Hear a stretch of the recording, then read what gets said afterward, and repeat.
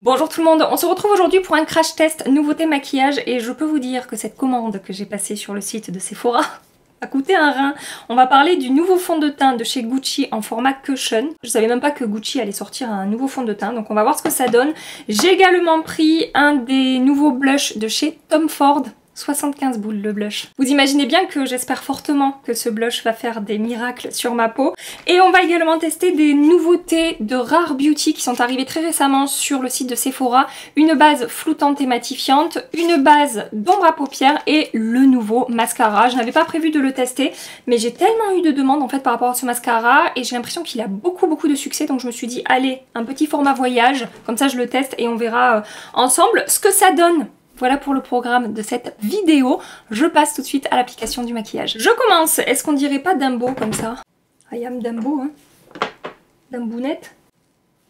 Hop. Je vais commencer par tester la base d'ombre à paupières Rare Beauty. Son petit nom c'est Always an Optimist Weightless, 20 €, 3 ml. Elle est, on dirait, un petit peu teintée, mais finalement pas tant que ça. Alors le packaging, on est toujours sur les mêmes packaging de Rare Beauty, hein. C'est ce format-là, comme les petites ombres à paupières que je vous ai déjà beaucoup présenté. Et vous voyez, elle sort de cette couleur quand on l'applique avec l'embout mousse. Il y a un petit embout mousse. Et après, quand on commence à la travailler, c'est un tout petit peu teinté. Mais je pense que voilà, ça va pas être comme la base Anastasia ou P. Louise ou autres Rare Beauty qui vont complètement corriger et neutraliser vos paupières. Et donc, ils nous disent que c'est une base hydratante qui va lisser la paupière et qui va permettre de faire évidemment tenir le maquillage plus longtemps et qui va faire ressortir les fards. En fait, les mêmes promesses que la plupart des bases qui sortent aujourd'hui sur le marché. Elle est hyper facile à appliquer, la texture n'est pas du tout épaisse. Il n'y a pas de conseil d'application particulier, juste de l'appliquer, l'estomper au doigt. Je ne sais pas si vous verrez la différence entre ce côté et ce côté, mais je vois quand même, comme je vous ai dit, une petite correction au niveau de la teinte. Ma paupière est un petit peu plus unifiée ici qu'ici et ça sèche super vite. C'est-à-dire que là, je n'ai plus du tout d'effet collant sur la paupière et pas du tout d'effet de matière. Écoutez, au niveau de la texture, c'est pas mal. On va voir comment est-ce que les fards s'estompent par-dessus cette base. Je vais commencer à travailler un creux de paupière avec la Transition palette de Dominique Cosmetics. On n'a que des fards mat dans cette palette, je la trouve vraiment super, je vous en ai déjà parlé plein de fois. On la trouve sur Beauty Bay. Et je vais commencer avec la teinte Soft and Sweet. Pinceau numéro 15 de la marque Refer. J'applique cette teinte dans mon creux et j'estompe. Et effectivement, ça s'estompe hyper facilement par-dessus cette base. Parce que des fois, quand on ne poudre pas nos bases à paupières, sachant là que je ne l'ai pas poudré, ça peut être un petit peu compliqué de travailler des fards mat comme ça. Et là, en fait, c'est hyper facile à travailler. Ça n'a pas trop accroché le fard mat et ça ne fait pas du tout de démarcation ou de patch ou quoi que ce soit. Et ça se diffuse très facilement. Ensuite, je vais prendre la teinte Chai. Pinceau numéro 1, toujours de la même marque, hein. Alors j'ai eu beaucoup de questions par rapport à cette gamme de pinceaux. Écoutez, j'en ai quand même pas mal à tester. Je teste encore un petit peu et je vous en reparle. Mais pour l'instant, pour vous donner une idée, tout va très bien. Tout se passe très bien avec ces pinceaux. Mais je veux vraiment prendre le temps de tester tous les modèles de pinceaux que j'ai reçus pour vous faire un retour complet. Voilà, donc encore un petit peu de patience s'il vous plaît. Donc j'intensifie mon coin externe avec ce fard là, ça se passe également très bien. Et maintenant je vais prendre mon fard lumineux préféré dans la Wild Jaguar de Huda Beauty. Si vous voulez voir un petit peu ce que je pense de cette palette, je vous accroche ma vidéo ici dans laquelle je vous ai fait une petite présentation et un petit tuto avec cette palette là. Donc je prélève le fard au doigt, je vais l'appliquer sur toute ma paupière mobile. Donc je pars du coin interne jusqu'au coin externe de mon œil. Oh, mais qu'il est beau ce fard! J'ai repris la teinte Chai dans la Transition palette et avec le pinceau numéro 03, toujours de la marque Refer. J'intensifie un petit peu plus mon creux de paupière, je redéfinis là mon creux. Et avec le pinceau 18 de Anastasia, j'ai repris le fard lumineux de la palette Huda Beauty. Je redéfinis mon creux. En fait, ce que je fais en intensifiant un petit peu plus mon creux de paupière puis en venant définir ici le fard lumineux Huda, c'est que je fais comme un cut crease mais sans passer par l'étape où on met du correcteur le long du creux là, etc. pour redéfinir et tout. Moi je gruge un petit peu, hein, voilà. Et maintenant je vais tracer un trait de liner avec la teinte Rébellion dans la rétro palette de Natasha Denona. Je vous ai fait une revue concernant cette palette également, donc si ça vous intéresse, petite barrette ici qui va s'afficher. L'application des fards s'est très bien passée par-dessus cette base Rare Beauty. Franchement, j'ai beaucoup aimé franchement, des fois. Non mais des fois je dis des mots avec un accent, je me dis c'est pas possible, je m'entends parler. Franchement, à un moment donné. Ça s'est très bien passé, j'ai bien aimé la texture, j'ai eu aucun problème à appliquer les fards par-dessus. Ça s'est bien estompé, ça a bien accroché à ma paupière, donc c'est pas mal du tout de ce côté-là, vraiment... Je suis très contente pour l'instant du résultat. Et maintenant, je vais tester le mascara, toujours de la marque Rare Beauty. Je ferai mon deuxième œil après, ne vous inquiétez pas, je ne vais pas rester comme ça. Donc le mascara, il s'appelle le Perfect Strokes Universal. Il est bien noté, bon il n'y a que 3 avis, mais 5 étoiles. Le format voyage 8 ml, je l'ai payé 13 €. Et vous avez le full size qui coûte 23 € pour 13,5 ml. Les promesses de ce mascara, parce que j'ai même pas regardé. Bon, apparemment il fait tout. Il allonge, il recourbe, il apporte du volume. Voilà. Alors ils nous disent que c'est une brosse à picot. Alors à picot mais pas en plastique. Voilà, ça se présente comme ça. Vous voyez, on a un petit côté incurvé au milieu, mais c'est très léger. Et au niveau de la taille, c'est ni trop gros ni trop petit. J'ai des mascaras qui ont une brosse bien plus grosse que celle-ci. Dans la description, ils disent également qu'il est adapté à tout type de cils. Les courts et clairsemés, les denses et épais, les courbés, les droits, bref, voilà, ce mascara est fait pour tout le monde. Et il serait infusé en huile de ricin, donc ça prendrait également soin de vos cils. Donc, c'est parti. C'est pas hyper pratique le format voyage, mais ça a rien à voir avec le mascara en lui-même. C'est parce que en fait c'est tellement court entre le bouchon et la brosse que j'ai du mal à venir chercher la racine de mes cils. Et vous voyez, ça se colle à ma joue là. Voilà, bref, c'est un petit détail du format voyage. Je pense que vous n'aurez pas ce souci-là sur le format standard. Pour l'instant, il ne me fait pas de paquet. Si vous aimez les rendus naturels au niveau des cils, vous pouvez vous arrêter là. Ça a effectivement recourbé un petit peu mes cils, apporté volume et longueur, mais de manière assez naturelle en fait pour l'instant, et je vais voir si je peux moduler en chargeant un petit peu plus mes cils. Je vais retourner chercher du produit. Ça sépare bien les cils par contre, hein. Ça ne fait pas du tout de paquet. Je n'ai aucune difficulté à travailler ce mascara pour l'instant. Au niveau de la pigmentation, il est bien noir, donc ça c'est pas mal, enfin c'est pas mal. On aime ou on n'aime pas, mais moi j'aime bien quand les mascaras sont bien noirs, ça fait ressortir les cils encore plus je trouve.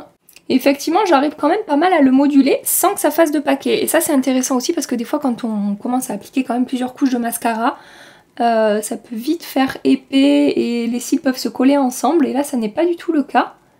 Le rendu est vraiment pas mal, hein. Franchement ça m'a apporté un beau volume, une belle longueur. Après vous dire que ça détrône tous mes autres mascaras, non, on n'en est pas là. Écoutez, qu'est-ce que je fais? Je maquille mon deuxième œil hors caméra.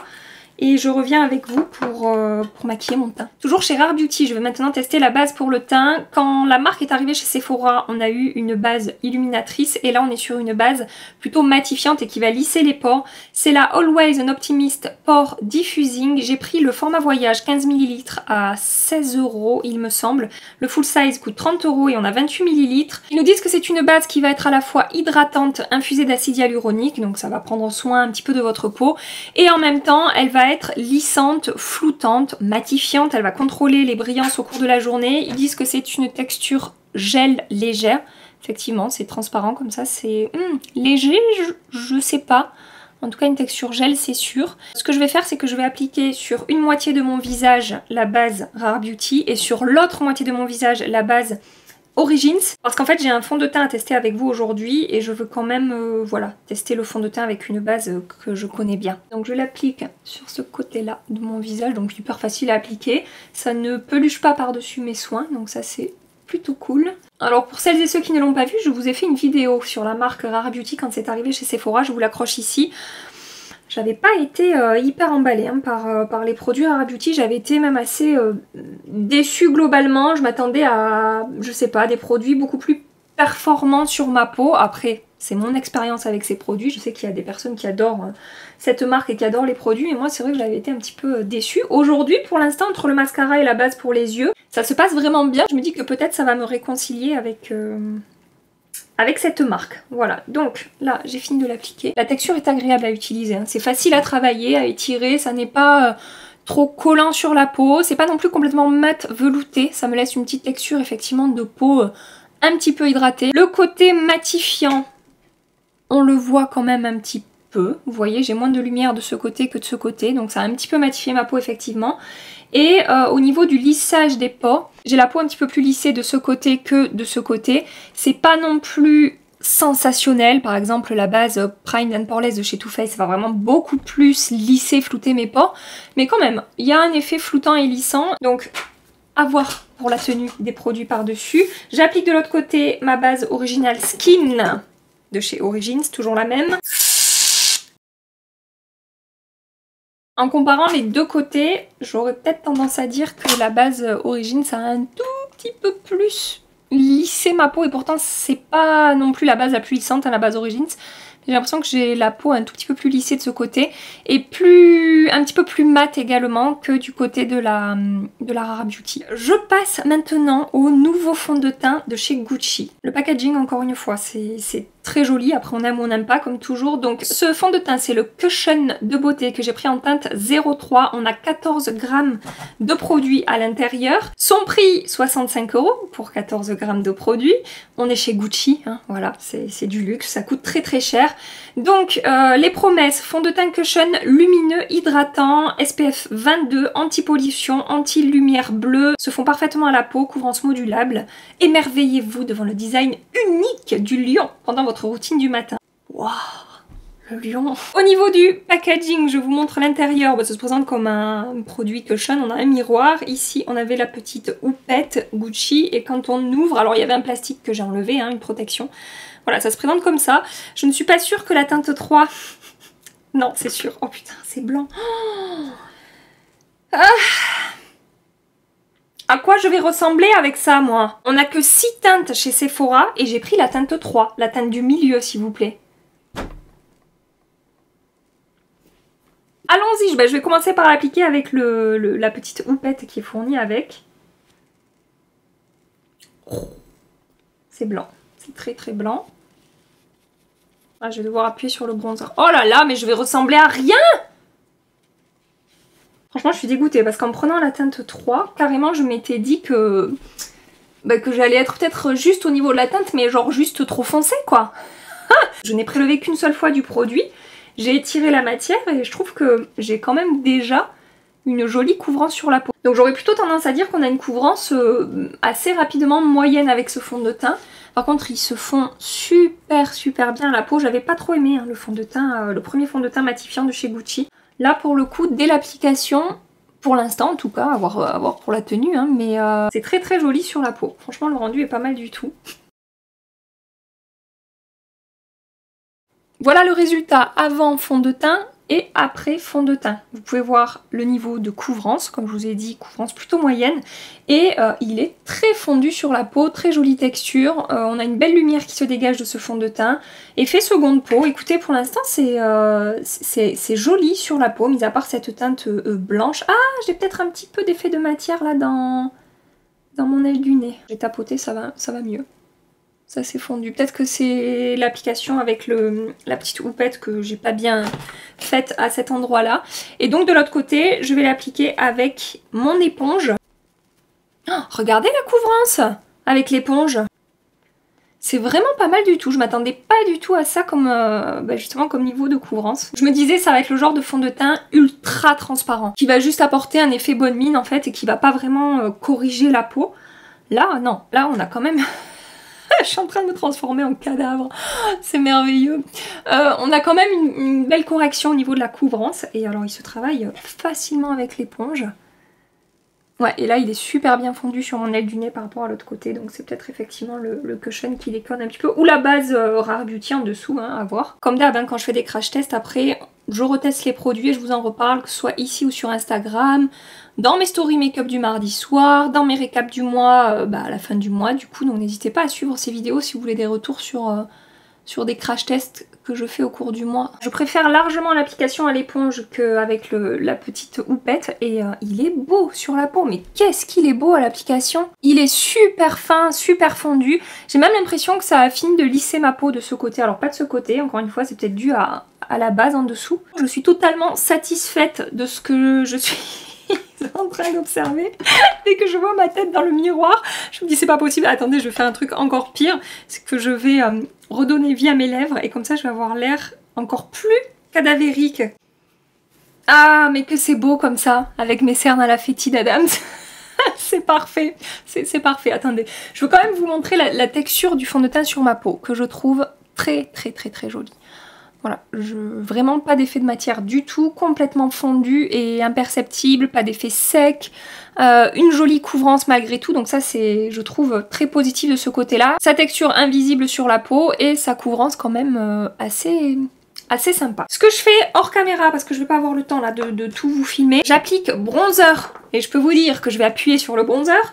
Bronzer, anti-cerne, je poudre, enfin voilà, j'avance mon teint et je reviens avec vous pour tester les blushs Tom Ford. C'est toujours un petit peu blanc hein, par rapport à mon cou, mais bon, ça va un petit peu mieux. Par contre, ce que je voulais vous dire, c'est que je trouve que le fond de teint n'a pas super bien supporté le fait d'être poudré avec ma poudre Shape Tape de chez Tarte. Sur cette zone-là de mon visage, sur mon menton et un petit peu sur les côtés là, ça m'a fait comme un effet un petit peu sec en fait, il est moins fondu, la poudre a pas super bien fusionné avec le fond de teint et au niveau du front ici, je pense pas que vous puissiez le voir parce que là c'est des détails ultra précis que je vois de près dans mon miroir, mais au niveau de mon fond de teint j'ai aussi des zones un petit peu de sécheresse sur mon front. À retester avec une autre poudre peut-être pour voir ce que ça donne. Et donc maintenant je vais tester le blush de la ruine. Il s'agit du Shade and Illuminate Blush de Tom Ford. J'ai pris la teinte 02 Explicit Flush. Attention, si jamais vous voulez craquer sur ces blushs. Les teintes ne correspondent pas tout à fait entre ce qu'on voit sur Sephora et dans la réalité. C'est quand même beaucoup plus foncé dans la réalité, vous voyez. Là c'est la teinte 02, c'est-à-dire qu'il n'y a qu'une seule teinte plus clair que ça, j'ai l'impression. Voyons voir les promesses miraculeuses de ce blush. C'est un blush perfecteur de teint avec des teintes semi-mates et lumineuses. Le blush Shade and Illuminate est un luxueux fard à joues. Bon, après je pense que rien que le packaging chez Tom Ford, on est probablement sur un tiers du produit. Hein. C'est très luxe le packaging. En même temps, encore heureux j'ai envie de vous dire. Donc formulé avec de la poudre de soie de riz et disponible en 6 duos de teintes soyeuses et multidimensionnelles. Je vous ai fait le swatch des deux teintes qu'on retrouve dans le boîtier, donc la teinte la plus claire et la teinte la plus foncée. La pigmentation a l'air très légère, à voir au pinceau travailler sur le teint, mais j'y suis passée plusieurs fois pour avoir ce rendu là. Et on a un petit effet, mais alors très léger, satiné. Moi je dirais pas que c'est lumineux, enfin je dirais que c'est semi-mat plutôt, pas complètement mat, mais franchement on n'est pas sur un blush non plus lumineux. Et concernant la texture, par contre c'est très fin et soyeux sous le doigt. Je prends le pinceau numéro 4 de la marque Refer et je prélève le blush, il est quand même un petit peu poudreux, donc je tapote un petit peu. Et c'est parti. Donc là j'ai pris la teinte la plus claire, hein, je vous ai pas dit, mais c'est celle-ci que j'ai commencé par prélever. Effectivement, la pigmentation est assez légère, mais je vois quand même déjà... Vous le verrez, vous, ou pas, à la caméra? Je sais pas, mais moi, je vois la teinte du blush quand même apparaître un petit peu. Voilà. Donc, ils disent qu'on peut appliquer les teintes soit séparément, soit mélangées. Aujourd'hui, je vais les appliquer séparément, mais mélanger quand même un petit peu parce que je vais tester aussi cette teinte-là. Bon, ça se travaille très facilement. J'ai pas du tout de mal à étirer la matière, à travailler le blush. Je sais pas trop quoi vous dire de plus, hein. Je suis pas... Non, c'est fin, ça se voit pas sur la peau, c'est sûr, la texture est jolie. Maintenant, je sais pas pourquoi, je m'attendais à quelque chose de plus... peut-être un petit peu plus fondant au niveau de la texture et un petit peu plus lumineux du coup. Parce que là, ça aussi, j'ai un petit côté satiné, mais c'est vraiment super léger. Et maintenant, je prends mon pinceau Buildable Cheek de chez Smashbox et je vais prélever un tout petit peu de la teinte la plus vive. Et je vais déposer ça sur le haut. Alors là, pour le coup, ouais, ça ressort beaucoup plus parce que c'est beaucoup plus foncé. Je suis pas non plus super fan, je crois, du duo qu'on va retrouver dans ce blush en fait. Pour une teinte numéro 2, d'avoir un blush aussi vif là et orangé, j'aurais préféré quelque chose d'un petit peu plus nude en fait.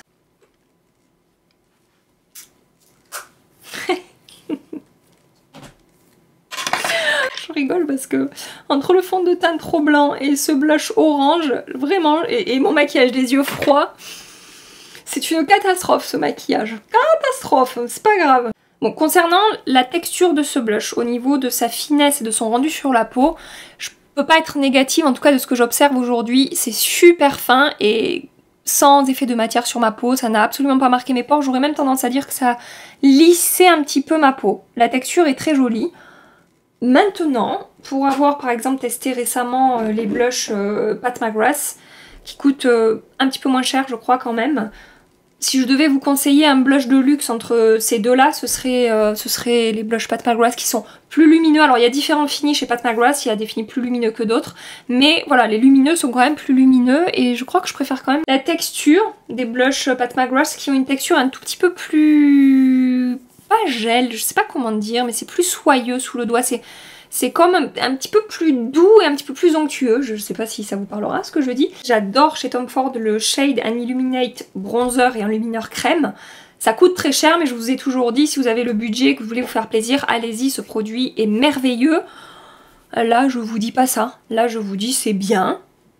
Mais bon, c'est pas un coup de cœur particulier pour l'instant. Voilà, à retester. Donc maintenant je vais finir mon maquillage des yeux, je vous le passe en accéléré, je vais faire exactement la même chose que ce que j'ai fait au-dessus, mais juste je vais appliquer le doré Huda Beauty en ras de cils interne ici.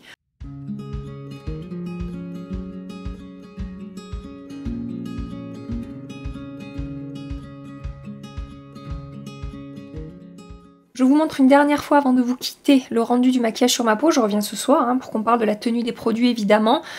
Globalement ça va, à part ces deux petits soucis que j'ai évoqués tout à l'heure par rapport au fond de teint quand je l'ai poudré sur mon menton et sur mon front. Pour le reste, on va dire que voilà, le rendu est quand même très joli. Je reviens ce soir pour voir comment est-ce que les produits ont évolué, le rendu sur la peau, le sébum avec la base etc. et le fond de teint. Et voilà, je vous dis à tout à l'heure.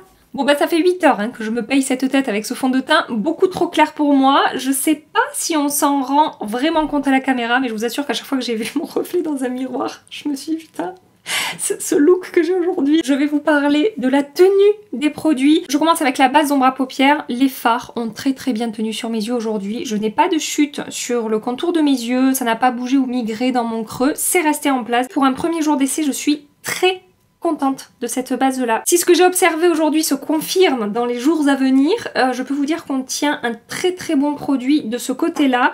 Pour le mascara, il a très bien tenu également, il n'a absolument pas transféré, pas de chute également au cours de la journée, il est vraiment pas mal. Est-ce que c'est mon mascara préféré au niveau du volume et de l'impact que ça va apporter à mes cils? Non, mais ça reste franchement un très bon mascara qui fait des jolis cils si on prend le temps de bien moduler la quantité de produits qu'on applique, donc c'est plutôt positif de ce côté-là aussi. Maintenant, je vais vous parler de la base pour le teint de Rare Beauty. Je pense que ça se verra à la caméra parce que vraiment dans mon miroir c'est flagrant et je m'en suis rendu compte en fait tout au long de la journée. Je brille beaucoup plus du côté de la base Rare Beauty que du côté de la base Origins. Sur les ailes du nez, sur mon menton, mon front ici, je vois bien que voilà, c'est beaucoup plus mat. Je brille quand même un petit peu, hein, mais beaucoup moins que de ce côté-là où vraiment j'aurais besoin de faire une retouche. Donc pour le contrôle des brillances, c'est pas la meilleure base que j'ai, mais sinon après au niveau du rendu sur ma peau, j'ai pas forcément plus d'effet de matière. Attendez, laissez-moi vérifier. Non, j'ai pas forcément plus d'effet de matière du côté de la Rare Beauty que du côté de la Origins. C'est assez similaire de ce côté-là. Et le côté vraiment lissant, parce que c'est une des promesses les plus, comment dire, mises en avant par rapport à cette base. Oui, c'est lissant, mais je connais des bases plus lissantes que ça, comme je vous ai dit. Voilà, donc c'est bien, mais c'est pas un coup de cœur non plus. Le fond de teint maintenant. Alors, je suis très agréablement surprise de ce côté-là au niveau des brillances. Je pensais avec ce fond de teint hydratant et ma peau mixte briller beaucoup plus que ça en fin de journée. Bon, là, j'aurais besoin d'une petite retouche sébum quand même, mais franchement, c'est tout à fait raisonnable au niveau de mon sébum en fin de journée avec ce fond de teint-là. Et ensuite, au niveau de la texture sur la peau, ça n'a pas bougé depuis ce matin, c'est-à-dire que j'ai le même petit effet de matière autour de ma bouche et sur mon front. Je pense qu'il faut que je redonne une chance à ce fond de teint un jour où je ne sortirai pas de chez moi. Vu la couleur du truc, mais j'ai vraiment envie de le tester avec ma base Origins sur tout mon visage et une autre poudre, voir ce que ça peut donner, quitte à le tester avec la poudre Gucci par exemple. Je ne perds pas espoir que ce fond de teint puisse être joli sur ma peau. Aujourd'hui c'est pas du 100%, mais on a quand même quelques points positifs qu'il faut creuser un petit peu. Et enfin pour ce qui est du blush, je trouve que par rapport aux promesses qu'on a concernant ce blush, il me manque moi personnellement de la lumière, je pensais que ce serait un petit peu plus lumineux, un petit peu plus glowy que ça. Après la texture est fine et c'est joli sur la peau, mais j'ai pas un coup de cœur particulier pour ce produit. Quel que soit le prix, il aurait coûté 30 €, je vous aurais dit la même chose en fait. C'est bien, mais c'est pas non plus sensationnel quoi. En tout cas je ne suis pas bluffée par ce blush et j'ai plein d'autres blushs dans ma collection qui vont coûter moins cher, même si ça reste des marques de luxe et que je vais préférer à ce blush là. Voilà ce que je voulais vous dire ce soir. J'ai terminé ce petit point avec vous. J'espère que j'oublie pas des produits que j'ai testés, mais je ne crois pas. Si cette vidéo vous a plu, pensez à la liker avant de partir. Abonnez-vous si vous voulez continuer les aventures avec nous. Rejoignez-nous aussi sur Instagram puisqu'il se passe des choses là-bas. Et en attendant ma prochaine vidéo, je vous fais des milliards et des milliards de bisous. Prenez soin de vous et à très bientôt. Bye bye.